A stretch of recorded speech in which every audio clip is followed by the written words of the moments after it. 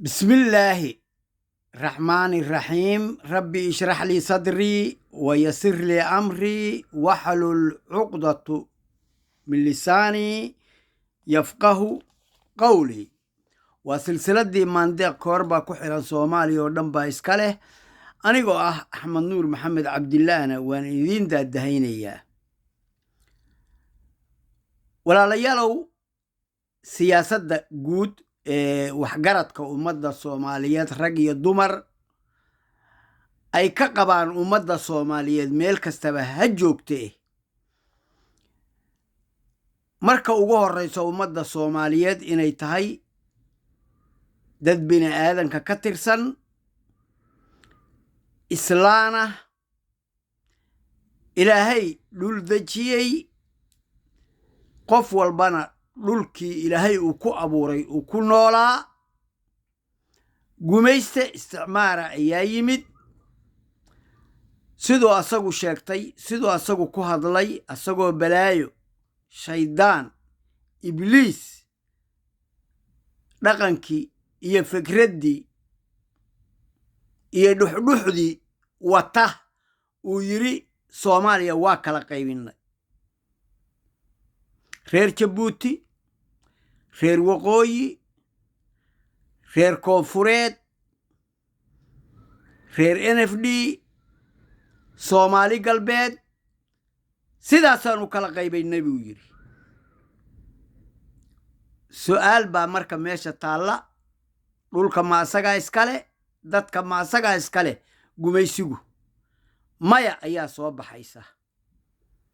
yaa diiday caqliga dareenka ilaahay nagu rakibay haddana dhul walbaba meeshuu ahaa iyo dadkii ku noolaa cid ka soo raraysa ma leh waa ay joogaysaa waana sababta annagu aanu u niri rag iyo dumar dadka waxgaradka ah NFD waa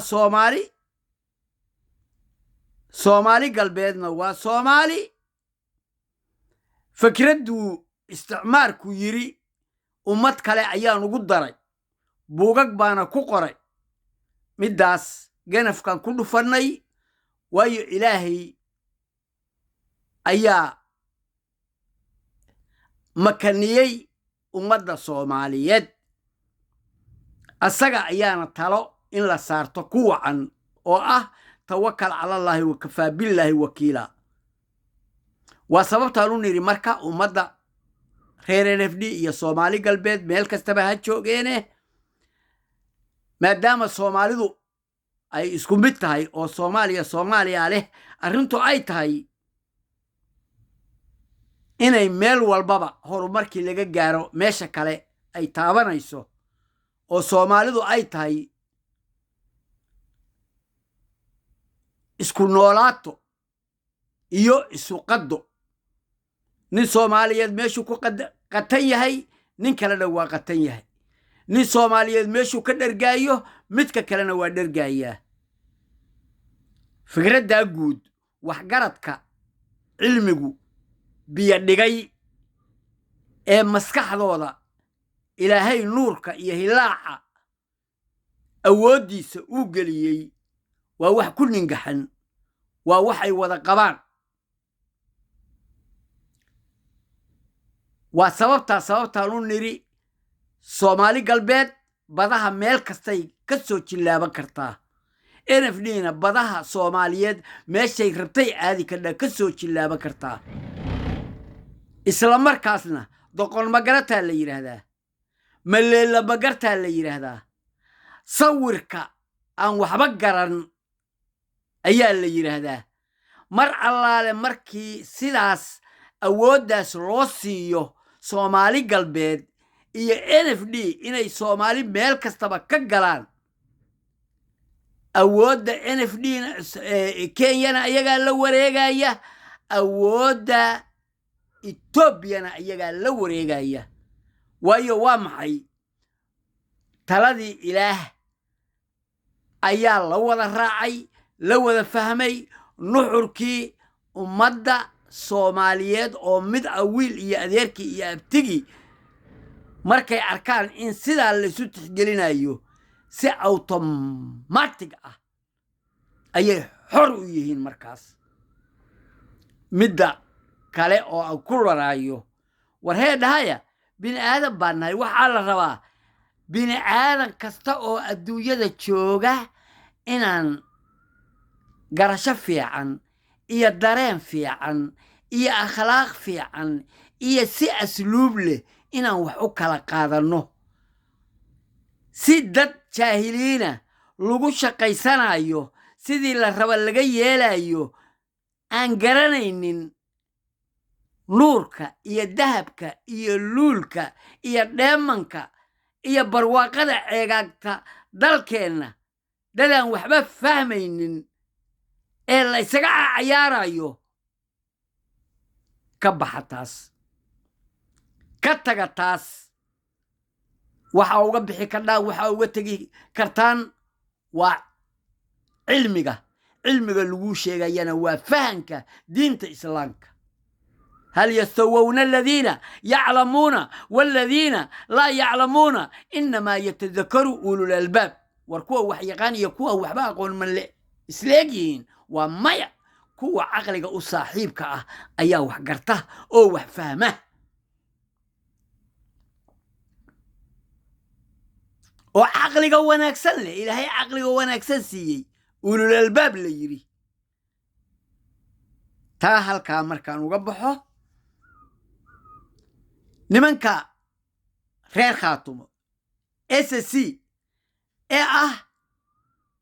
kuwa aan ka tirsanahay ilaahayna iga beeray isla markaasna beerka iyo wadnaha iyo xiidmaha iyo sambabada iyo kelyaha ummadda Soomaaliyeed oo dhan rag iyo dumar ay ku taxan yihiin oo ilaahay ku abuuray dhiigga Soomaaliyeed iyo dhulka Soomaaliyeed guulaha ay gaarayaanna ay ku helayaan siyaabo kala duwan mid xaq u dirin inay yihiin ilaahay baa madluun u hiliya tan labaadna waxa weeye nin bini aadan inuu ku adoonsado ilaahay raalli kama aha oo haddana ilaahay iska celi buu yidhi carruurtaada iyo reerkaaga ka dhex saar midka saddexaad waxa weeye in dad ka dheeraanaya ka fogaanaya silcinaya dabargoynaya balaayo iyo al-shabaab iyo qurun iyo hoog iyo halaag ummadda Soomaaliyeed ku dhex beeraya haddaan SSC nahay haddaan reer Khaatumo nahay aad ogtihiin 21 sano ilaahay baa weyna dowladihii waaweynaa aan ula dirinaynay oo daraawiish aan ahayn sayid maxamed cabdilla xasana horseed uu noo ahaa taas annaga lalama marsiinayo nin calanka buluuga iyo Soomaali nacay dadkayna cayrinayo ummadii Soomaaliyeed ka baxa dalka ha u soo dhawaanina talada garaadada iyo waxgaradka ay gaareen rag iyo dumar talada la gaaray waa sax ha la hadlinina meeshoodii ha tageen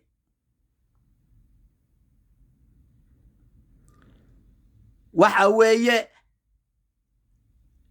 Soomaalidu waxay tiraahdaa soo joog ninkii laga waayo soo jiifsaa laga helaa dhammaan quwadaha waaweyn ee Soomaaliyeed ee ilaahay ballaariyay ee niyadda fiican iyo qalbiga fiican ku taageeraya reer Khaatumana ilaahay ha idinka jaaseeyo khayrkeedna Allah idin siiyo rag iyo dumarba waxaan markaa annaga si gaara ugu sheegaynaa dadka horseedka ka ah oo garaadada iyo waxgaradka halkaa haya nolosha dadka in laga warqabo waayo ilaahay mahadda ku gaadhe lacaga kala duwan ayaa adduunyada oo dhan meel walbaba ka socda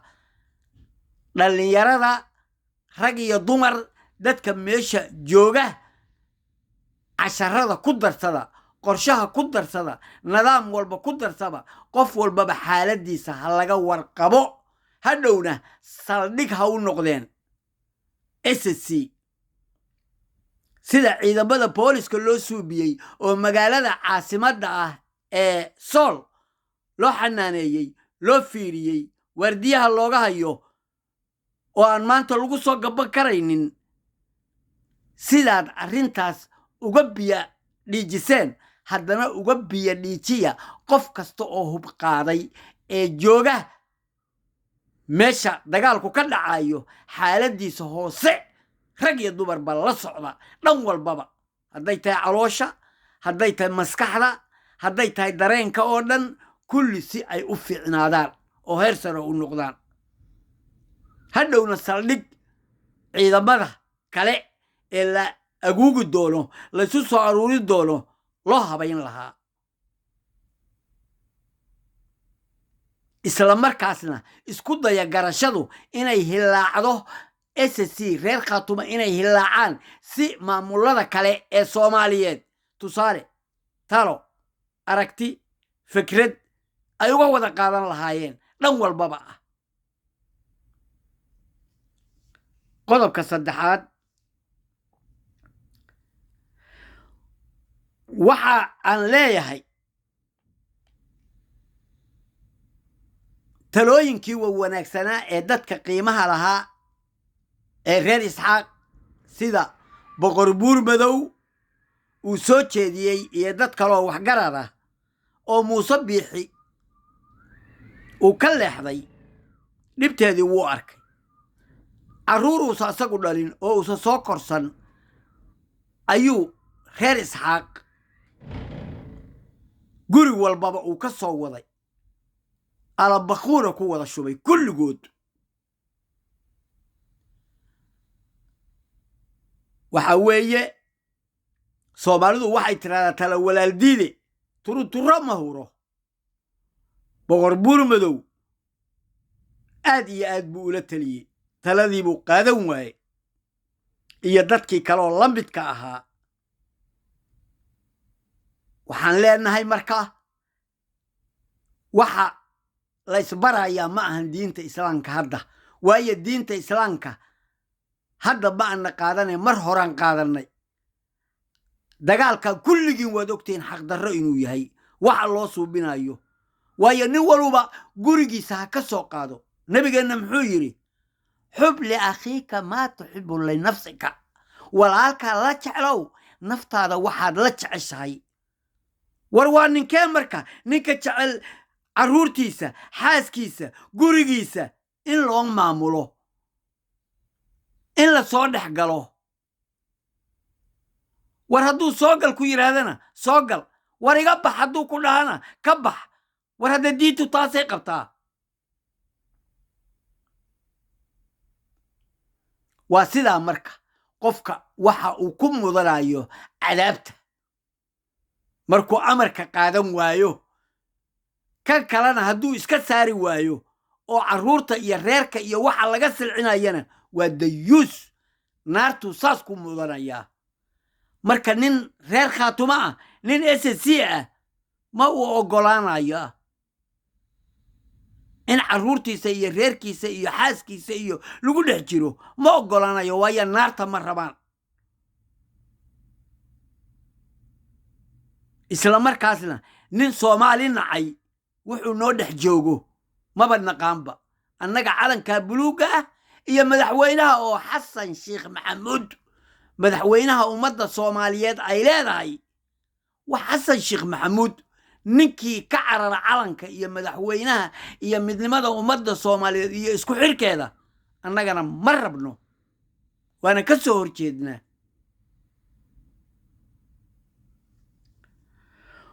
waxaa soo gelaya dhibaatooyinka nololeed ee reer Isxaaq Muuse Suudi uu baday waayo fikradda xun ra'yiga xun talada xun waa taa berbera eber meel walbaba noloshoodii waa laga xiray wax maraakiib imaanaya ma laha wax doonyo imaanaya ma laha hay-adihii adduunka oo dhan waa ka xireen meel walba waa Soomaalidu maxay tiraahdaa tala walaaldiida turuturo ma huro allow maxaa dad la taliyey war ka jooga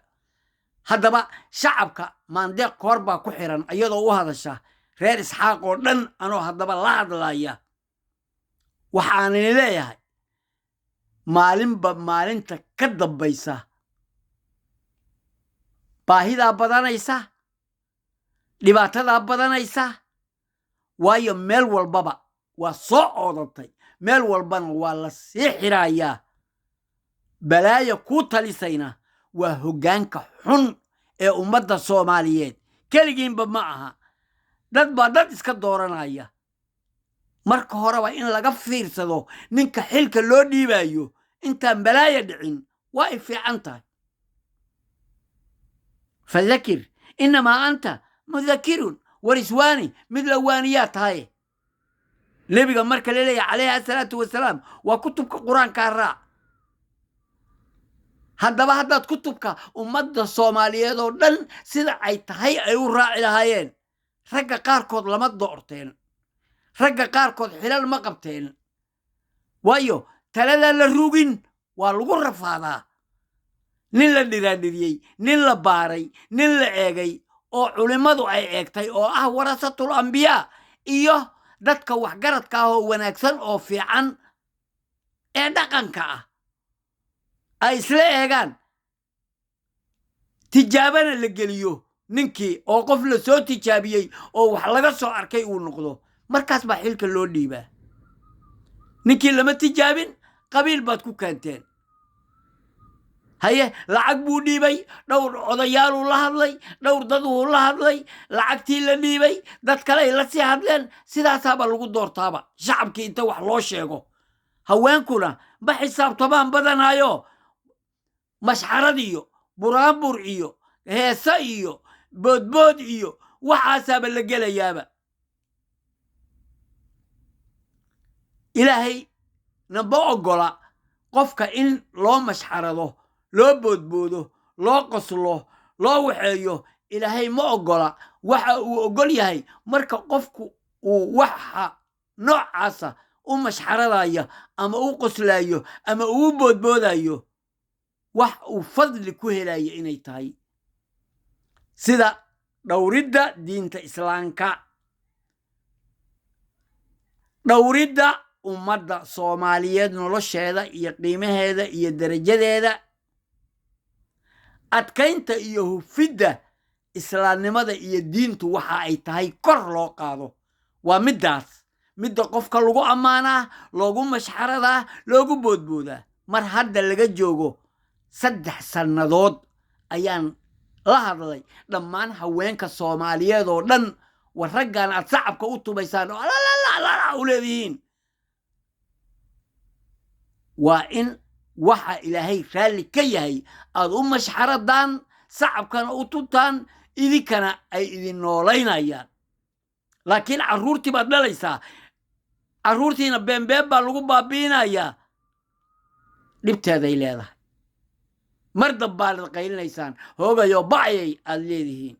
markaad xasan iyo cusmaan iyo cali iyo yuusuf iyo kaynaan iyo maryan iyo dahabo iyo cambaro kulli aad weydaan alla bacayay baad markaa leedihiin waa goorma waa goorma waa goorma intaada falin ka fiirso walaal ilaahay qur-aanka wax walbaba uu ku sheegay ha la raaco islaamnimada iyo diinta waxa ay tahay ha la raaco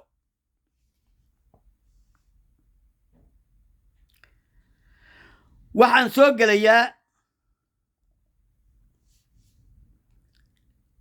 dhanka ay idinkaga imaanayso marka gaajadu ilaahay irid iyo daaqad wanaagsan ha idinka fure iyo goodoonka adduunyada aad ka noqonaysaan tashada oo isdaba qabta tashada oo isdaba qabta tashada oo isdaba qabta waa shacabka reer isxaaq tashada oo isdaba qabta qof bini aadana oo xil haystana xilka waa danihiisa shaydaan iyo ibliis baa wax tusinaya ibliiskana ballan ilaahay ku qaaday inuu ka tusiyo hilaac bilig bilig biriq biriq inuu tuso oo bidix uga yimaado oo midig uga yimaado oo gadaal uga yimaado oo hore uga yimaado ibliis baa ilaahay hortii uga ballan qaaday ee qofka inuu baadiyeeyo marka ninkan waa baadiye muuse bixi waa baadiye isdaba qabta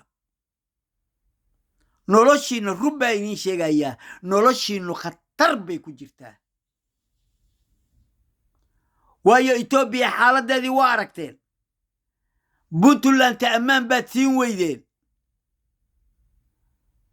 sool dhibaataad ku haysaan wareer baad ku haysaan waanad ogtihiin waa isdhaldhasheen boqolkiiba 95 nin walba oo isaaqa wuxuu leeyahay gabar dhulbahanta ay dhashay nin kastoo dhulbahantaana gabar isaaqa ay dhashay ayuu leeyahay ma xuma waa dad Soomaaliyeed waa wanaagsan yihiin war hadda balaaya idiin talisay marka mar hadday balaaya idiin taliso dhibteeday leedahay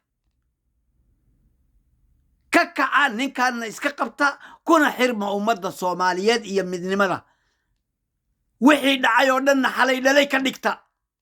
shalay go'idad go'deenna aad bay u qaldanay الله ونحرسته عبد الله يوسف ويقول تلي وردالك يالنا كلاجوين وردالك يالنا كلاجوين وردالك يالنا كلاجوين أيويري إلى هاي شلة ذي هكورا بيو عبد الله يوسف قلب كو قدام بيا وحوي ولا ليال كدير هذا نقمدي الدنيا الوجروجي إلى هاي وحويري ومبدأنا إني سن وحبا قادني inay dhagaadag tahay inay hatta dhagaxda ay ka maskax adag tahay waxa weeye waxay la socdaan waxay arkaan waxay meel walba tagaan adduunyadii la gediyay oo dhan qowmuluud dhulka ay deganaayeen baa la gambiyey iyagii oo dhanba waa la gambiyey waa la baabi'iyey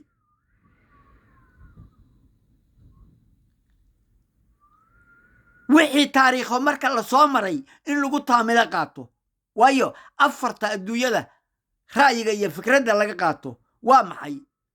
nin walba gaala iyo muslim waxa la og yahay in la dhimanayo nin walba waa ogsoon yahay taasoo ah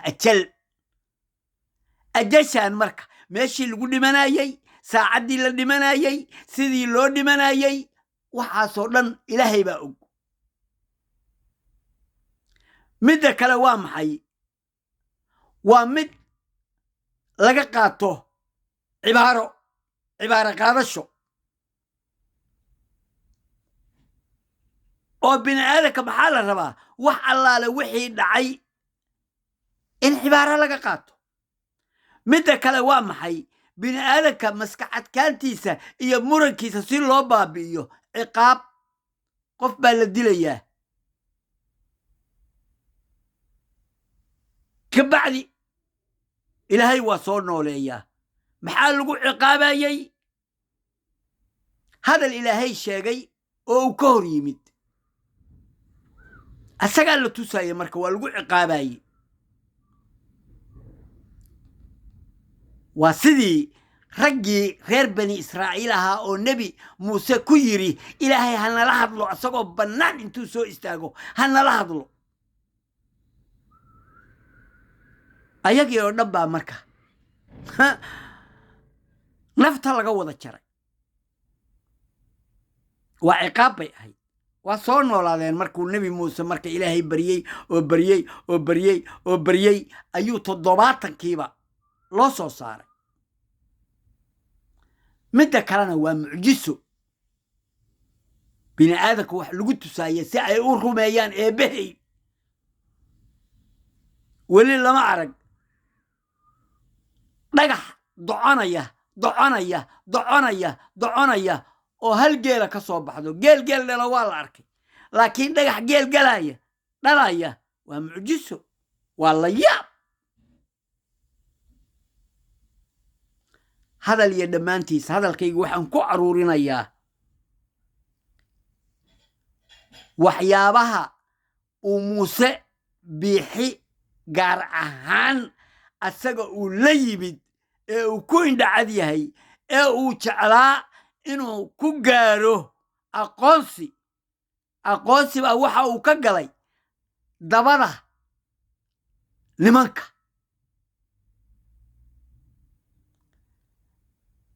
iyo laba gabdhood oo ayagana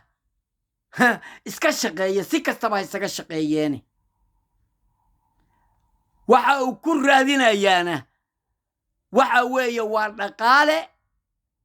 iyo in la aqoonsado waad aragteen markii la kashifay ee rag ilaahay ka cabsanaya ee reer isxaaqa ay sheegeen wiilkii cabdimaalig coldoon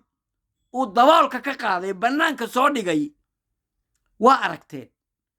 2 sano ayaa garka loo geliyay iyadoo maxkamaddii tiri ninkan wax dembiya kuma hayno ayuu khasab 2 sano beerka u geliyey waa uga digayo waxaa yidhi war hoy ka joog war hoy ka joog war hoy ka joog war diinta islaamka na siinaysa nuurka war diinta islaamka wax walba noo cadaynaysa war wax walbaba waa qoran yihiin war qowlka ilaahay ha ka hor imaanin war diinta islaamka ha ka hor imaanin war ka joogso haddaad ka joogso weydo dhaqsana u sii dayn weydo wixii ka yimaado waa arki doontaa baan idhi waa taas maanta 2 sanana wuu soo dhammaystay muuse biixi arrintiisu maanta waa maxay xaggee ka baxaa meel alla waaye xataa jabuuti inuu ku fakan doono uma malaynayo bal meel kale iska dhaaf waa meesha ugu dhow oo uu ku fakan karaayo tuka baalcad buu ka noqday bini'aadanka oo dhan walaalayaal hadalkii waxaan ku gabagabeeyey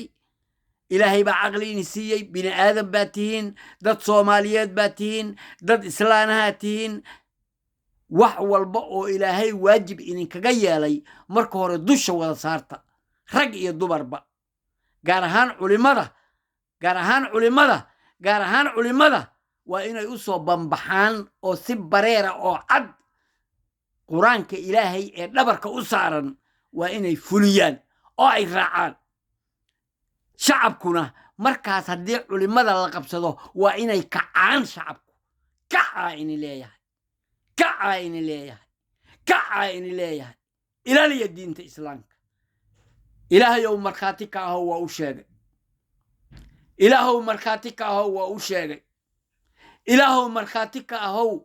u sheegay noo ilaaliya diinta nebi maxamed calayhi assalaatu wassalaam ummadeennuna waa saafi soomaali ilaahay baa si fiican u abuuray abuurkeenna ha xumaynina kor u qaada kutubka qur-aanka ah assalaamu calaykum waraxmatullaahi wabarakaatu